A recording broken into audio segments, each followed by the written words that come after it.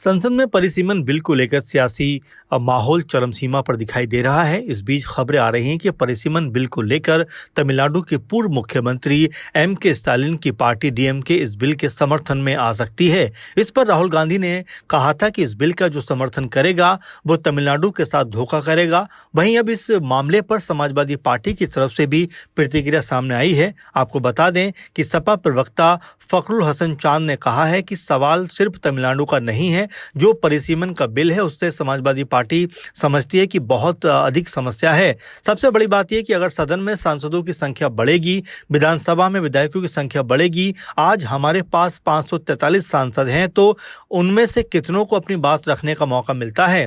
सपा प्रवक्ता ने सवाल उठाते हुए कहा, आज कितने सांसदों को बोलने का मौका मिलता है, कितनों को अपने क्षेत्र की बात, अपने अधिकारों पर बोलने का अवसर मिलता है, ये सब जानते हैं। उन्होंने आगे कहा, जब संख्या बढ़ जाएगी तो फिर सांसदों को बोलने का मौका नहीं मिलेगा। इसलिए संख्या के हिसाब से बड़ी लोकसभा होना बहुत जरूरी नहीं है। जरूरी यह है कि जितने भी सांसद हैं उनको अपनी और अपने क्षेत्र की आवाज उठाने का मौका मिलना चाहिए। चांद ने कहा कि किसी भी सत्र में पूरा मौका नहीं मिलता, इसलिए जो परिसीमन है उससे भारतीय जनता पार्टी अजय बनना चाहती है। जिन क्षेत्रों में वो मजबूत है वहां पर सीटें बढ़ाना चाहती है, साउथ में वो सीटें नहीं बढ़ाना चाहते हैं। उन्होंने कहा कि बहुत सारे मुद्दे हैं जिस पर समाजवादी पार्टी समझती है कि परिसीमन का विरोध जरूरी है, इसलिए समाजवादी पार्टी परिसीमन बिल का विरोध कर रही है। आपको बता दें कि परिसीमन बिल को लेकर एक बार फिर चर्चा शुरू हो गई है। दरअसल बीजेपी इसको फिर से सदन में लाने का प्रयास कर रही है। अब देखने वाली बात ये होगी कि कौन कौन से दल